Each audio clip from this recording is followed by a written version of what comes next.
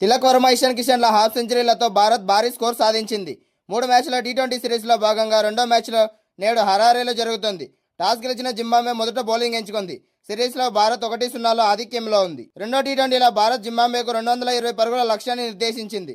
హరారేలో toss ఓడిపోయి మొదట batting చేసిన టీమిండియా 20 ఓవర్లలో 5 వికెట్ల నష్టానికి 219 పరుగులు చేసింది.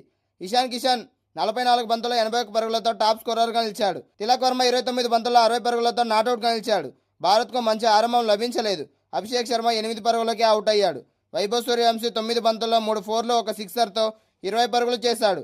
ఆ తర్వాత ఇషాన్ కిషన్, కెప్టెన్ శ్రేయస్ అయ్యర్ కలిసి 25 బంతుల్లో 66 పరుగుల భాగస్వామ్యం నెలకొల్పారు. శ్రేయస్ అయ్యర్ అవుట్ అయిన తర్వాత ఇషాన్ కిషన్, తిలక్ వర్మ 4వ వికెట్కు 94 పరుగులు జోడించారు. జింబాబ్వే తరపున అందరు బౌలర్లు తలా 1 వికెట్ తీసుకున్నారు. వికెట్ కీపర్లు కేవలం కీపింగ్కే పరిమితం కాకుండా మ్యాచ్ విన్నర్లుగా మారి పరుగులు సాధించడం టీమిండియాకు కొండంత బలాన్ని ఇస్తోంది.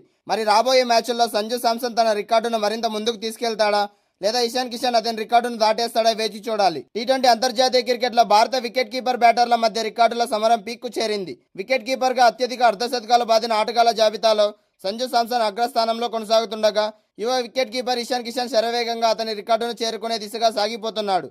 ఈ ఇద్దరి పోటీతో టీమిండియా ఓపెనింగ్, కీపింగ్ సమీకరణలు పూర్తిగా మారిపోతున్నాయి. అయితే జింబాబ్వేతో జరుగుతున్న రెండో టీ20లో ఇషాన్ కిషన్ 13వ ఓవర్లో తన అర్ధశతకాన్ని పూర్తి చేసుకున్నాడు. అతను 31 బంతుల్లో 50 పరుగులు సాధించాడు. ఇది అతనికి 12వ టీ20 అర్ధశతకం.